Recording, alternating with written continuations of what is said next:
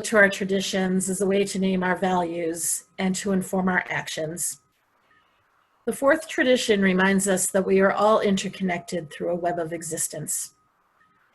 This web is far greater than humans alone and includes the universe, the earth, and all the vegetation and creatures that live here. Pets help us remember this connection day in and day out. The mystery of their minds, preoccupations, love, and play keep us forever connected to a greater unknown. Their behavior that mirrors some of ours helps us reflect on our behaviors and understand that we are not alone. The care they give us, whether it's snuggling, purring, pecking, or simply greeting us with their attention, reminds us of a greater love. And the care they ask of us pulls us from the stupor of our own egocentricity into a relationship of care and dependence. This reminds us of the need to care for others and deepens our generosity of spirit. Blessed are these creatures who bring so much to our lives. Thank you. So this is the time when we get to introduce and bless the animals who are part of our families. And so once again, we allow just are offering a time for you to unmute or raise your hand and introduce, whatever animal you'd like. They don't have to be visible. I see Lynn might need to go sooner than later. So we ask you to introduce the pets, tell us a little bit about them, and then we're going to reply with the words, "You are blessed and beloved. May you be loved and cared for all your days." We have it in the chat because that's a lot of words. I'm going to load my little chat up here because that is a lot to remember. Move it over to the side so I can see everybody. So if you're not familiar with the chat function, all you have to do is hit the little chat bubble down on the bottom of your screen, and it should put those words up on your screen, and you hopefully can move them over to the side if you don't want them to cover your whole screen. So whoever would like to go first, please feel free to do so. Lynn, do you want to go with your little wiggle worm? Yes, this wiggle worm is our new puppy. We've had him for a week. He's an 11-week-old long-haired dachshund. He's named Sunny. Sunshine Superman, but we call him Sunny. And he is quite the character. We have come to love him dearly already. As you can see, he has lots of energy. Lots of energy, no sense, and he's teething. Oh my combination. It makes me really remember why you never want young puppies and young children in the same house at the same time. Mm-hmm. So Sunny, you are blessed and beloved. May you be loved and cared for all your days. Okay, there you go, buddy. It's so nice to meet Sunny in person. Thank you, Lynn.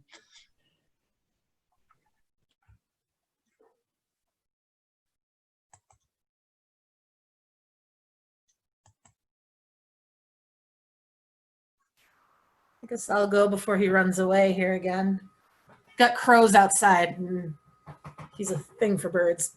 This is Joey. Joey is 12. And I got him when he was 9 weeks old. Very tiny, tiny kitten, the very last one in his litter to be adopted. And the second I took him, I held him in one hand, and he came up and licked the end of my nose, and that was it. I'm like, okay, you're mine. So he's such a good, sweet kitty. He doesn't like what I'm doing right now, but very loving, very cuddly, snuggly, never scratches anything but his scratching post. It's more than you can ask for a cat. And unless you're a bird, he loves everybody. So if you can read the words in the chat, feel free to join me. Joey, you are blessed and beloved. May you be loved and cared for all your days. I have 2 fur babies I'm recognizing today. They are not with me. They are with my parents in Vermont. First, I have Nova, who is a little black cat too. She's 11. I got her here, but I had a bad allergic reaction to the point where I had to give her up to my parents. Fortunately, they were willing to take her. So she's still with our family and she's very happy in Vermont. And then also Penny, our Swedish Valhund, who's I think 12 or 13, our little old lady. She's a little princess who thinks she's a lap dog, even though she's very stocky, but we love her. So Penny and Nova. Oh, Henny and Nova, you are blessed and beloved. May you be loved and cared for all your days. Thank you for sharing them. It's nice to see them in their the pictures of them.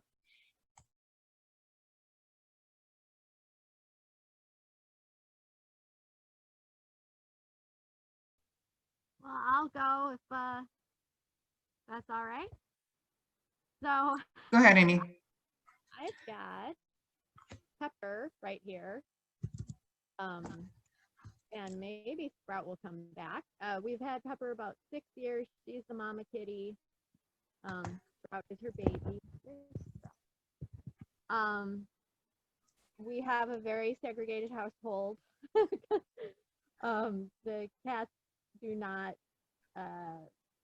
get along well with their dogs. Oh, and there's Sprout. The absolute opposite of Lisa's cat. But Chad doesn't like the couch, so it's okay. So those are our cats. Oh, thank you. Pepper and Sprout, you are beloved. May you be loved and cared for all of your days.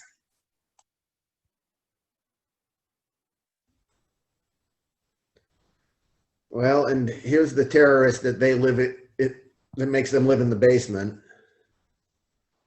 Hey, Stanley, look, you're missing your cats. There's you. You like you. So this is Stanley. He's he's a brat, but he's adorable about it. So he gets away with a lot, other than really the only thing he doesn't get to do that he wants to do is play with cats. So we're working on it. So. Thanks for bringing Stanley. Stanley, you are blessed and beloved. May you be loved and cared for all of your days. I think that may be it. If anybody has any other, I'm not going to go try to get Reggie because that would just be too much. And you met Buddy earlier. I would like to have Mags. Oh, yay. Hi, Mags. This is my girl, Magpie, Mags, who is 5 years old, who thinks the puppy is the biggest pest on the face of the earth. But she's good about it. And she is just a joy and a pleasure to have in the house. She's a wonderful dog. Mags, you are blessed and beloved. May you be loved and cared for all your days. Thanks, Lynn. Way to get Mags. That's awesome.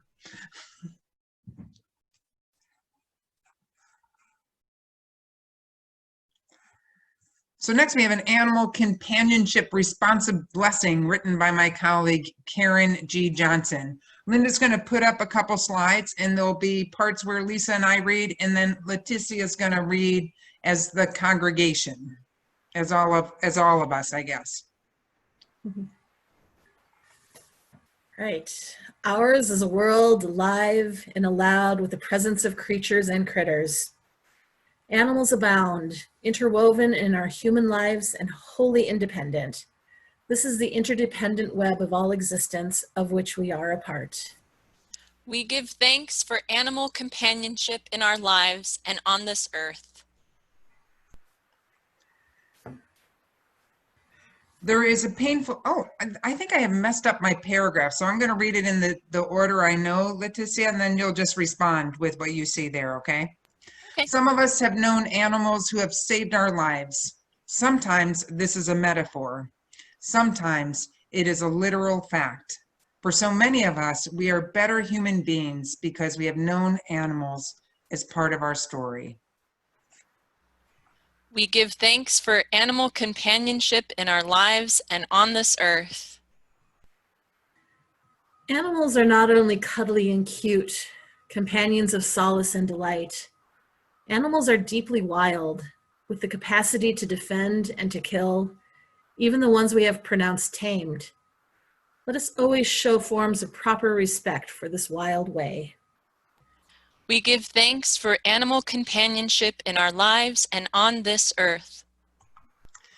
There is the painful reality that some animals suffer needlessly at our hands. There are animals who encounter human cruelty, left hungry or maltreated, used for mean-spirited profit, habitat stolen and built upon without regard for our shared mutual existence.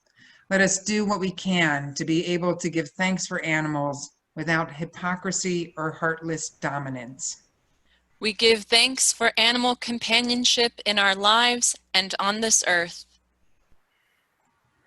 There are animals in our daily lives whose labor makes our own lives easier, safer, and more accessible. Animals who lend us their fur or hair or feathers or fleece or milk or eggs that we might be sustained without their loss of life. Animals whom we raise or hunt, may it always be compassionately and with respect for the wider web. Though we know this is mostly not the case, whose lives are sacrificed that some of us eat or cover our bodies. May we move ever closer to that ideal to live lightly on the earth, taking only what we must and no more. We give thanks for animal companionship in our lives and on this earth.